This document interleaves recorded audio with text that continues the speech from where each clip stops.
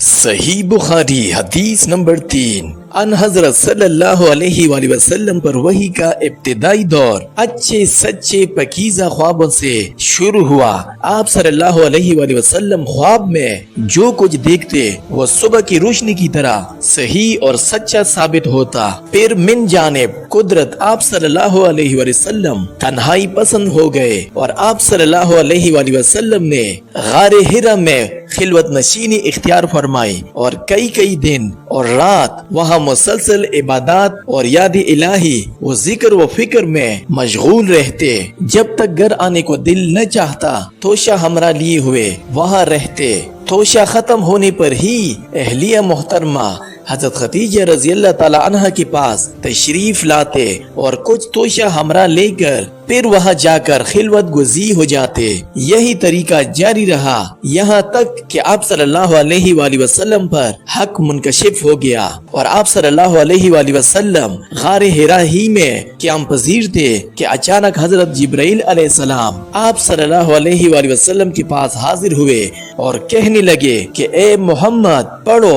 آپ صلی اللہ علیہ وآلہ وسلم فرماتے ہیں کہ میں نے کہا کہ میں پڑھنا نہیں جانتا۔ آپ صلی اللہ علیہ وآلہ وسلم فرماتے ہیں کہ فرشتے نے مجھے پکڑ کر اتنے زور سے بھینچا کہ میری طاقت جواب دے گئی، پھر مجھے چھوڑ کر کہا کہ پڑھو۔ میں نے پھر وہی جواب دیا کہ میں پڑھا ہوا نہیں ہوں۔ اس فرشتے نے مجھ کو نہایت ہی زور سے بھینچا کہ مجھ کو سخت تکلیف محسوس ہوئی، پھر اس نے کہا کہ پڑھ۔ میں نے کہا کہ میں پڑا ہوا نہیں ہوں۔ فرشتے نے تیسری بار مجھ کو پکڑا اور تیسری مرتبہ پھر مجھ کو بھینچا، پھر مجھے چھوڑ دیا اور کہنے لگا کہ پڑھو اپنے رب کی نام کی مدد سے جس نے پیدا کیا اور انسان کو خون کی پھٹکی سے بنایا۔ پڑھو اور آپ کا رب بہت ہی مہربانیاں کرنے والا ہے۔ بس یہی آیاتیں آپ صلی اللہ علیہ وآلہ وسلم حضرت جبرائیل علیہ السلام سے سن کر اس حال میں غار حرا سے واپس ہوئے کہ آپ صلی اللہ علیہ وآلہ وسلم کا دل اس انوکھے واقعے سے کانپ رہا تھا۔ آپ صلی اللہ علیہ وآلہ وسلم حضرت خدیجہ کے ہاں تشریف لائے اور فرمایا کہ مجھے کمبل اڑا دو، مجھے کمبل اڑا دو۔ لوگوں نے آپ صلی اللہ علیہ وآلہ وسلم کو کمبل اڑا دیا۔ جب آپ صلی اللہ علیہ وآلہ وسلم کا ڈر جاتا رہا تو آپ صلی اللہ علیہ وآلہ وسلم نے اپنی زوجہ محترمہ حضرت خدیجہ رضی اللہ تعالی عنہا کو تفصیل کے ساتھ یہ واقعہ سنایا اور فرمانے لگے کہ مجھ کو اب اپنی جان کا خوف ہو گیا ہے۔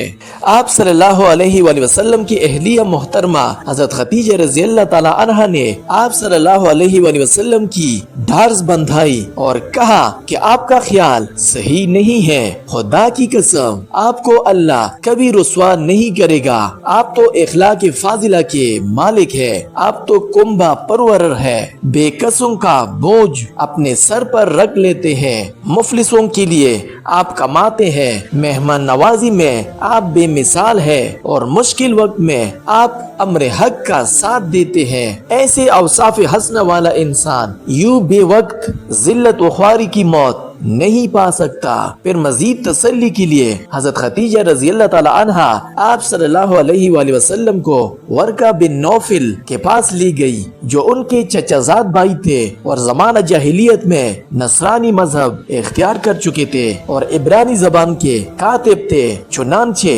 انجیل کو بھی حسب منشاء خداوندی عبرانی زبان میں لکھا کرتے تھے۔ انجیل سریانی زبان میں نازل ہوئی تھی، پھر اس کا ترجمہ عبرانی زبان میں ہوا، ورقہ اسی کو لکھتے تھے۔ وہ بہت بوڑھے ہو گئے تھے، یہاں تک کہ ان کی بینائی بھی رخصت ہو چکی تھی۔ حضرت خدیجہ رضی اللہ تعالی عنہا نے ان کے سامنے آپ صلی اللہ علیہ وآلہ وسلم کے حالات بیان کیے اور کہا کہ اے چچا زاد بھائی، اپنے بھتیجے محمد صلی اللہ علیہ وآلہ وسلم کی زبانی ذرا ان کی کیفیت سن لیجئے۔ وہ بولے کہ بھتیجے، آپ نے جو کچھ دیکھا ہے اس کی تفصیل سناؤ۔ چنانچہ آپ صلی اللہ علیہ وآلہ وسلم نے از اول تا آخر پورا واقعہ سنایا، جسے سن کر ورقہ بے اختیار ہو کر بول اٹھے کہ یہ تو وہی ناموس معزز رازدان فرشتہ ہے جسے اللہ نے حضرت موسیٰ علیہ السلام پر وہی دے کر بھیجا تھا۔ کاش میں آپ کے اس عہد نبوت کے شروع ہونے پر جوان عمر ہوتا، کاش میں اس وقت تک زندہ رہتا جبکہ آپ کی قوم آپ کو اس شہر سے نکال دے گی۔ رسول کریم صلی اللہ علیہ وآلہ وسلم نے یہ سن کر تعجب سے پوچھا کہ کیا وہ لوگ مجھ کو نکال دیں گے، حالانکہ میں تو ان میں صادق و امین مقبول ہوں۔